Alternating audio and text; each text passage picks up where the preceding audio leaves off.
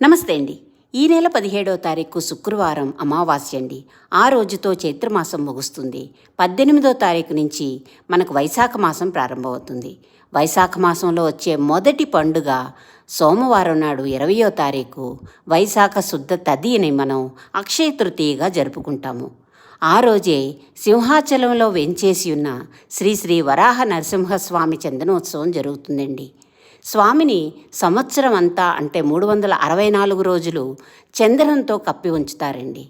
కేవలం అక్షయ తృతీయ రోజు మాత్రమే 12 గంటల సేపు ఆయన చందనాన్ని తొలగించి మనకు నిజరూపంలో స్వామి దర్శనమిస్తారండి.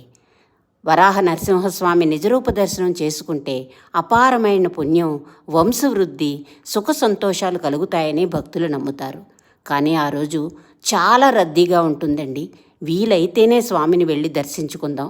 లేని పక్షంలో ఎప్పుడైనా దర్శించుకోవచ్చండి. స్వామి కరుణ మనకి అలాగే కలుగుతుంది.